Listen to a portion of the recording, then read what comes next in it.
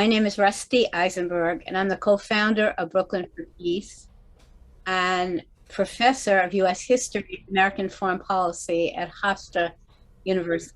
As some here will remember, after the attack on the World Trade Center, the mood here in Brooklyn was one of shock, grief, and amazing kindness. People were looking for ways to help one another. Within a week of 9/11, Arab American Family Support Network and a local synagogue called for a peace vigil on the Brooklyn Promenade. Brooklyn for Peace assisted with this effort, and we all thought, oh, well, maybe 100 people are going to come. Instead, the entire promenade was packed with people, quietly carrying candles and standing in solidarity with one another, Christians, Jews, Muslims, non-believers, people in between, all there. And actually, you can find a photo of that actually in the New York Times, because it was such a remarkable event and such an expression of the spirit that was really here in Brooklyn. Danny will be followed immediately afterwards by Nancy Hollander, a criminal defense attorney who has represented clients in some of the most important cases stemming from the war on terrorism. Among them were two clients held in Guantanamo, one of whom was Mohamedou Ould Slahi, imprisoned for 16 years, where he was subject to torture and abuse until Nancy was able to secure his release. That story was turned into a film, The Mauritanian, where she was played by Jodie Foster. And I have to say, that's like a Brooklyn for Peace first. I don't think any of us have ever been played by a movie star, although it is a great precedent. Thank you. Thank you, Nancy. Thank you all for inviting me. I was thinking about this and that it's Brooklyn for Peace. And the first thing I ever did in college was a peace vigil for sane nuclear policy, if you all remember that. And I'm sure some of you do. But I thought I would start by telling you what I say whenever I travel outside the US and give talks about Guantanamo or about terrorism or about any of these topics that I talk about. And the way I start, because I'm always a little leery, they're a little leery, this American is coming to tell us, what can she tell us about anything, considering she's American. So I usually start by saying, I come from the country that imprisons more people per population than any other country in the world. I come from the country that has soldiers, boots on the ground in nearly 150 of the approximately 200 countries in the world. I come from the country that tortures people and then imprisons them without charge for life. But I just want you to know I come in peace. And it always gets a smile from people. So I come today, of course, in peace. I want to talk about Guantanamo. And we just have a few minutes, so I'm going to slide over a lot of this. But many people don't know that Guantanamo, the base, started with a treaty in 1903 between the United States and Cuba. And at this point, the treaty has morphed over the years. The United States pays $4,000 a year in rent for that. Fidel never took the money, but since Fidel, they've been taking the money. And it can't end until both sides agree for it to end. So, of course, the Cubans would like it to end yesterday, but it's not going to end. It's an active military base. It's been an active military base, primarily, of course, a naval base. It's on the water. Since was very important during all the assorted wars, and it continues to be an active military base.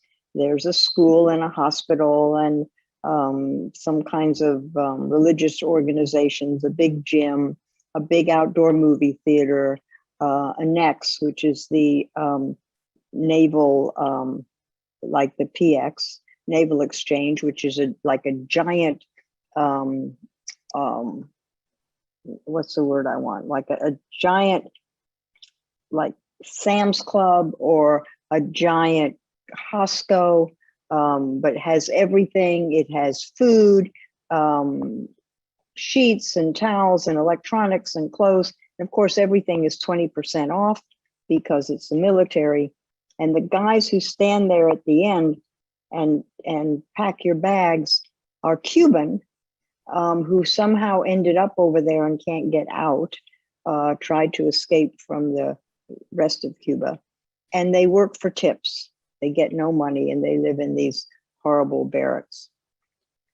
But it's an odd place. So how did the prisoners get there? Well, isn't that interesting? Two very evil minds, two war criminals, as far as I'm concerned, Dick Cheney and Donald Rumsfeld. Cheney was vice president under Bush, and Rumsfeld was Secretary of Defense under Bush. And it wasn't really Bush who came up with these, it was those two. And they wanted to start picking people up. And what were they going to do with them? Well, they had some people at Bagram Air Force Base in Afghanistan, but they didn't want to keep them there. So they looked around for where could they go. Cuba seemed, the Guantanamo seemed like a good place. It was close enough to the US. They could fly down there in their jets from Washington, from Andrews Air Force Base. On their days off, they could go fishing or scuba diving. It wasn't a bad place to be posted or stationed. And on the other hand, they could do whatever they wanted to the prisoners because it's not America, it's not the US, and there would be no treaties. They wouldn't be governed by Geneva Conventions, the four of those. They wouldn't be governed by the Convention Against Torture. And of course, there'd be no lawyers, there'd be no constitutional rights. They had these kind of makeshift military commissions. They weren't really trials. They would get a quick hearing. There was no appeal. There was no discovery. Bam, bam, and it would be done. Well, lawyers found out about it, particularly the military lawyers. And I really always want to give a shout out to the military defense lawyers because they are so good and so aggressive and have been great to work with over the years that I've been working with them. Now too many years, but it was the military lawyers initially. The military brass thought, well, they'll just plead them and they'll be gone. But then some military lawyers said, wait a minute, these are our clients and we represent them. And no, that's not what's going to happen. And so they went in there, and over the course of years, a number of things happened on kind of two tiers. For the military commissions, ultimately they got better. They're not it's still a kangaroo court, but it's better than it was. It's still true, however, that the confrontation clause, the bedrock of the Sixth Amendment, the Constitution of the United States, does not apply. Hearsay is admissible. And there's a fight now going to the Supreme Court of the US about whether they even have due process. And at the same time, there were people filing petitions for writs of habeas corpus. It's very few people ended up in the military commission. I think overall, maybe 8 people have been convicted at one time or another or pled, and 3 of them have been overturned completely. So they've never had much success at all. But then there were any number of people who were filing these petitions for writs of habeas corpus. And finally, in 2008, in a case called Boumediene, the Supreme Court said, not only can they file them, which they'd been doing, but the government actually had to respond. And so the government started filing the factual returns in these cases. And the CCR, Center for Constitutional Rights, found a lot of lawyers. The ACLU found lawyers.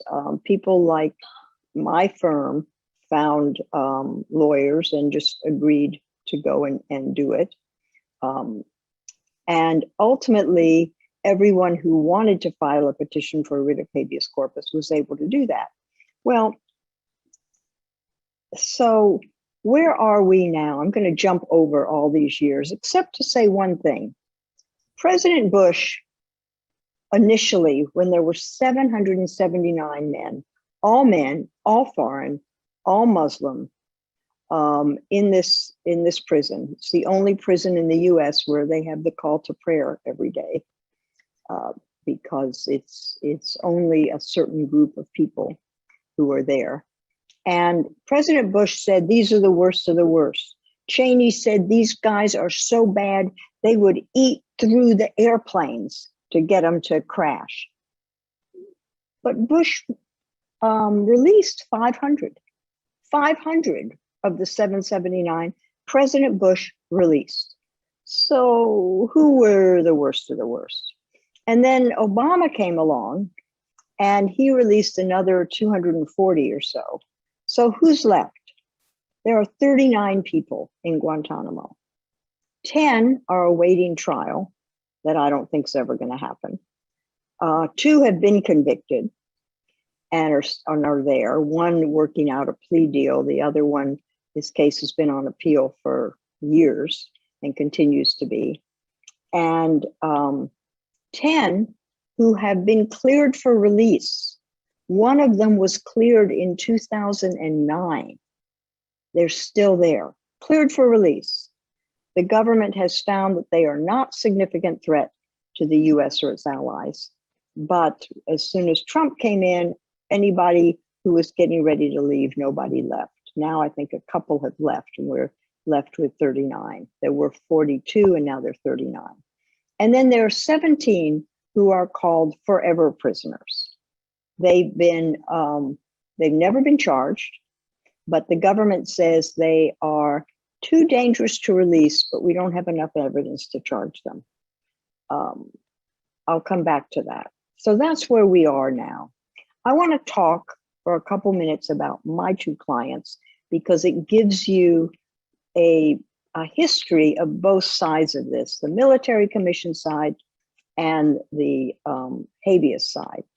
So we'll start with the bad news and then end on the better news, which is, it's always nice to be able to end on something good. Ibrahim al-Nasri is a Yemeni from a poor Yemeni family who was born and raised in Saudi Arabia, in Jeddah, Saudi Arabia. He'd never been to anywhere except Saudi, the Emirates, Afghanistan, and I think maybe Tajikistan. And that's all he knew. He was graduated from high school when he was about 25. He didn't really know very much. He was captured in Dubai in October of 2002. But he's accused of being the mastermind behind a ship that was blown up in the port of Aden, Yemen, the USS Cole. It did not sink, but it almost did. 17 sailors died and a number of others were severely wounded. 2 suicide bombers came up in a little boat and threw the bomb in. But he's the 5th mastermind. Do you remember when President Bush stood on, I think it was an aircraft carrier, and talked about how we had won? And he said, and we have captured and with a drone and killed the mastermind behind the USS Cole. Well, then there were 3 other masterminds, and now it's my client's the mastermind. He's facing the death penalty in Guantanamo. He has terrific counsel, civilian and military, including a Navy captain, which is a very high rank in the Navy, just under admiral, who is representing him. We've always had Navy people representing him, even though it was a Navy ship and sailors who were killed. We've had Marines, we have Air Force people, Army, everybody involved. But for a number of reasons, I don't see him anymore. I was his first counsel. I'm still his counsel. I represented him in 2008 before there were any commissions. But I do his international work. And it's important because we have a case pending in the UK. The UK has a tribunal that's sole purpose is to investigate the abuses of the Secret Service. Would that we had something like that, would be wonderful. But that's their job. We believe MI6, which is basically England's CIA, interrogated our client in a couple of different places where he was being held, either directly or through the CIA. And Parliament has already ruled in England that anyone who did that knew or should have known they were being tortured. And so we've got a case pending there. We don't know where it will go. We have won 2 cases in front of the European Court of Human Rights, 2 different countries. I can't remember their code names. I think it's brown and black, but their names are still classified. I have security clearance, so I can't tell you their names. But we won 2 of them.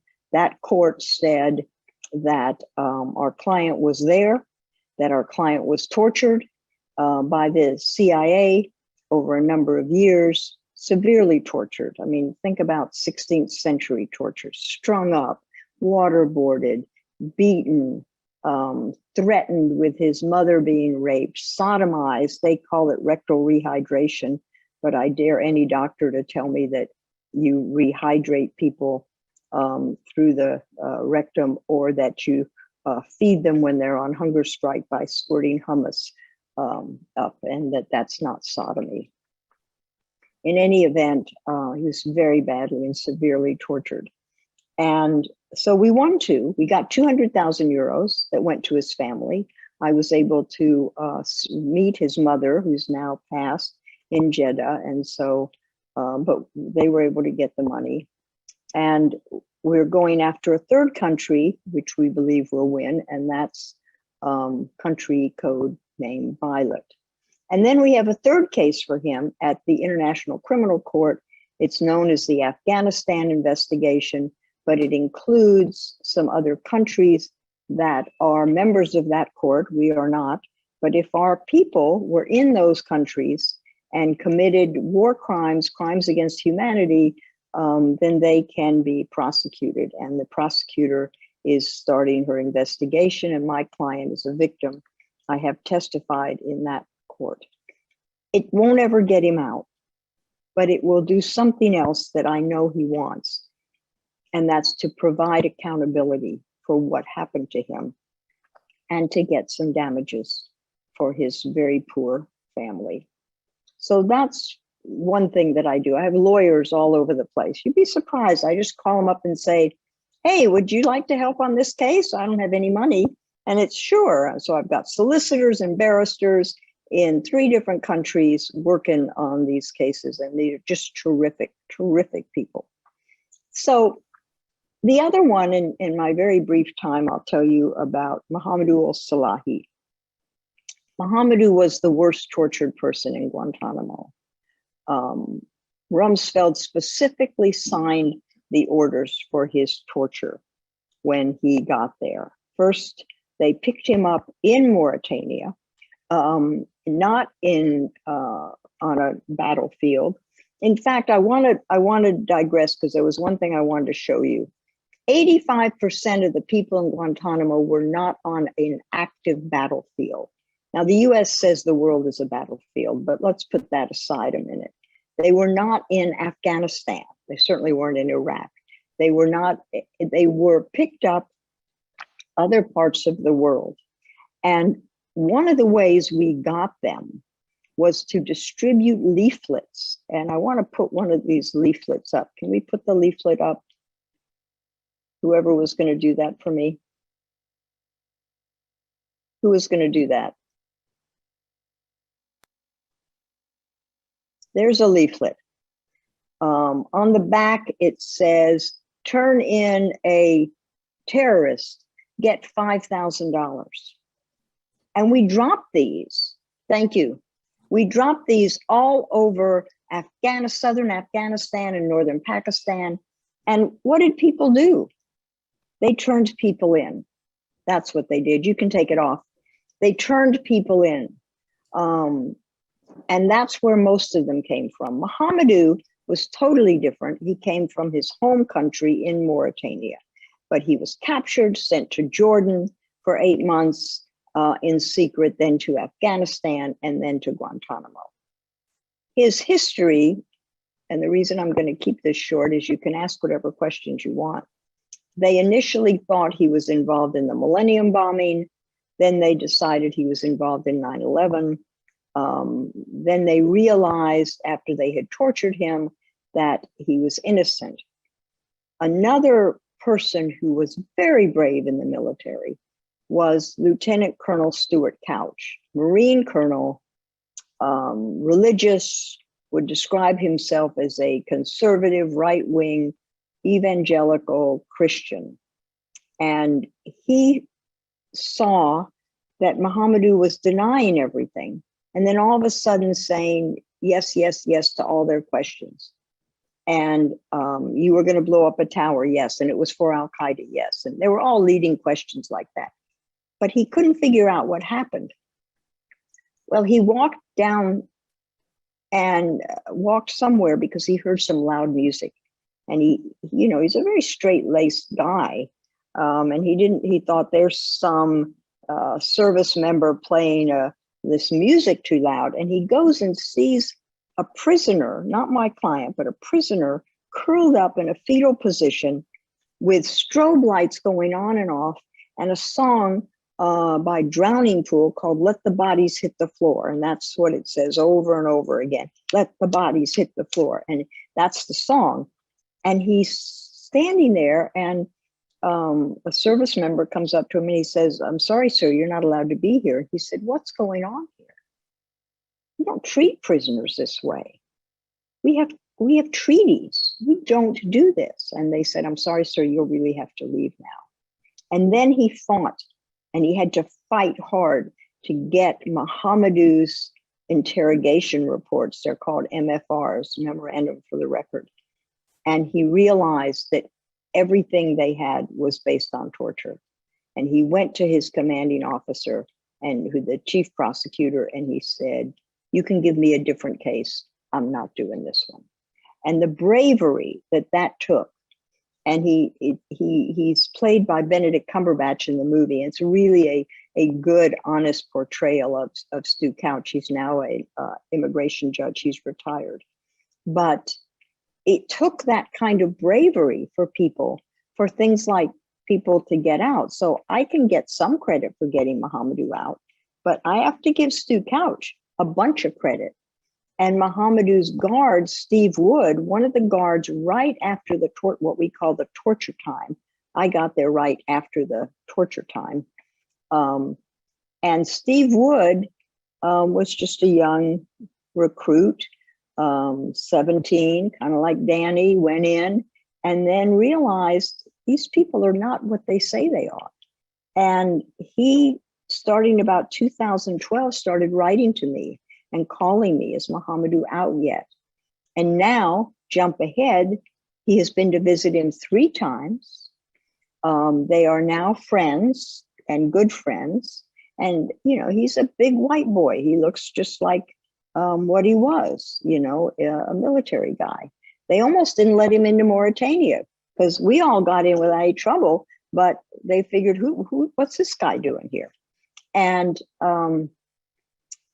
there's a documentary actually that The Guardian has, it's on YouTube, called My Brother's Keeper, about their relationship. But I could go on and on. I'm going to stop.